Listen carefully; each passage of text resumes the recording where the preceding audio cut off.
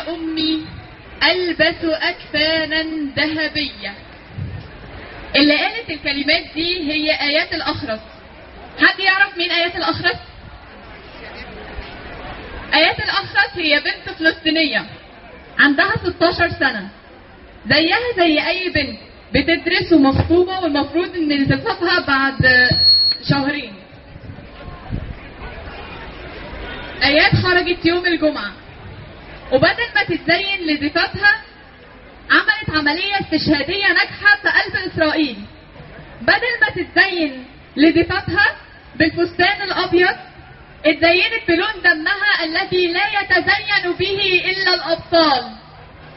إني ذاهبة يا أمي ألبس أكفانا ذهبية، أحمل بين جوانب صدري قلبا ينبض بالحرية، لا أخشى الموت يا أبتي، فالروح للقدس هدية، فالروح للقدس هدية.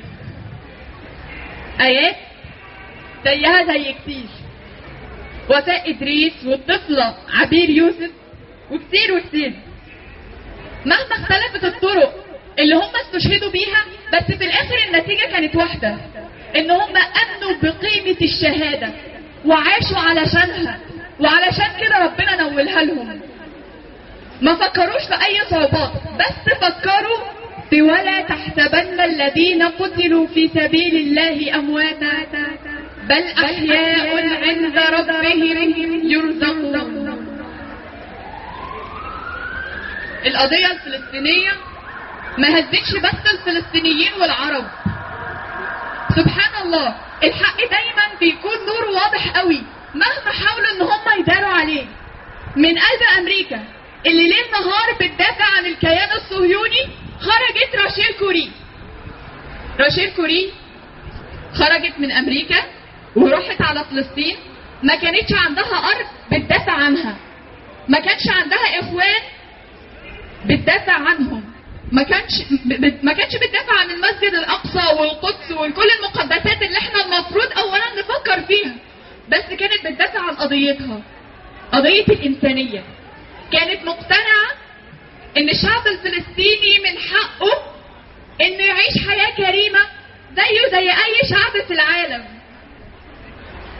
راشيل كوري راحت فلسطين كدرع بشري بتحمي بيوت المدنيين من الجرافات الإسرائيلية. بس الجرافة الإسرائيلية طبعها دموي، ما بتعرفش تفرق بين أمريكية وفلسطينية، بين مسلمة ومسيحية، بين مقدسات أيا كانت ديانتها. الجرافة الإسرائيلية داست على راشيل كوري مرتين، وراحت راشيل كوري بس قدرت تخلد اسمها، قدرت تخلي لموتها معنى، عشان ماتت وهي بتدافع عن قضيتها. ودلوقتي انا بسألكم، انتوا مستعدين دلوقتي تموتوا عشان قضيتكم؟ مستعد تخلي لموتك معنى؟ مستعد تموت عشان القضية الفلسطينية؟ قولوا اكيد. مستعد تموت عشان القضية الفلسطينية؟ مستعد تموت عشان القضية الفلسطينية؟ بس خلي بالك، قبل ما تموت عشان قضيتك لازم اولا تعيش عشانها. لازم اولا تخلي لحياتك معنى قبل ما تخلي لموتك معنى. لازم النفس اللي داخل وخارج فيك يضيف للأمة حاجة، عشان في الاخر موتك يغير فيها حاجة. طب ازاي ممكن اعيش عشان القضية؟ يمكن انا كلامي بصورة اكبر موجه للبنات اللي انا بتكلم باسمهم، اعذروني. اولا كل واحدة فينا هي جندية بدنها. شوفي انت